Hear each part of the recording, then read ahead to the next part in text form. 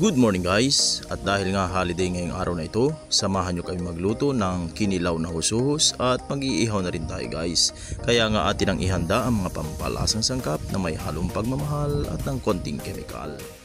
Nagsalang na rin nga tayo dyan guys ng ating sinaing na ating kakainin mamaya at atin ang ginayat ang mga pampalasang sangkap, ang luya sa maliliit na bahagi, ganun din ang bawang sa maliliit na bahagi ng pagkakahati. Depende na lang din guys sa nais ninyong gayat ng sibuyas, bawang at luya. Muli po ay shoutout sa ating mga followers na nanonood ng ating mga videos. Maraming salamat po sa inyo. Napakasarap talaga sa ganitong mga araw na pahinga na walang pasok ay nakapagluluto tayo at nakakasama natin ng maghapon ng ating mga mahal sa buhay.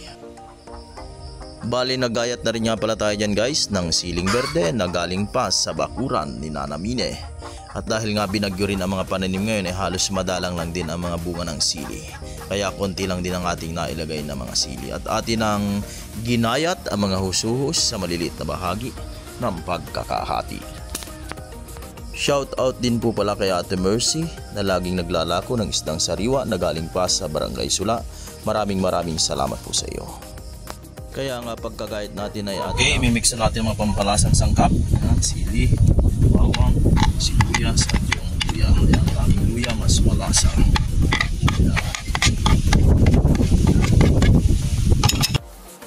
Bali, nagbudbud na rin tayo dyan guys ng asin na pampalasa. Depende sa ating templada. At atin ang ibinuhos ang Silver Swan Vinegar ang magpapasarap ng ating kinilaw. Naglagay na rin tayo dyan guys ng denurog na paminta. At pagkatapos ay mekos-mekos mo lang yan insan para manuot ang lasa sa bawat parte ng ginayat na laman ng husuhos. At syempre lalagyan natin yan ng pambalanse ng lasa ang Ajinomoto. Ayan na nga guys, mukhang yummy na agad ang ating kinilaw na husuhos. Siguradong mapapaatake na naman tayo nito ng gulpi. Ay ano pa naman mga kabungkot, talaga namang perfect, masarap na pang-ulam din itong kinilaw na ito guys. Kaya nga yung mga natira naman natin na mga husuhos ay iihawin lang natin. Binudburan lang natin siya ng asin na pampalasa. Saka natin yan imemekos-mekos at nilagyan din natin yan ng denurog na paminta. Bali iihawin lang natin siya guys ng steam. At pagkatapos nating maimekos-mekos guys ay isasalang na natin siya sa ating ihawan. Naglagay din tayo dyan ng palapa ng dahon ng saging para hindi naman masunog ang ating inihaw. Bali steam lang kasi yung gagawin natin, hindi na natin susunugin ang balat niya guys para masarap at yummy. At ayan na nga guys ang ating mga nilutong pagkain.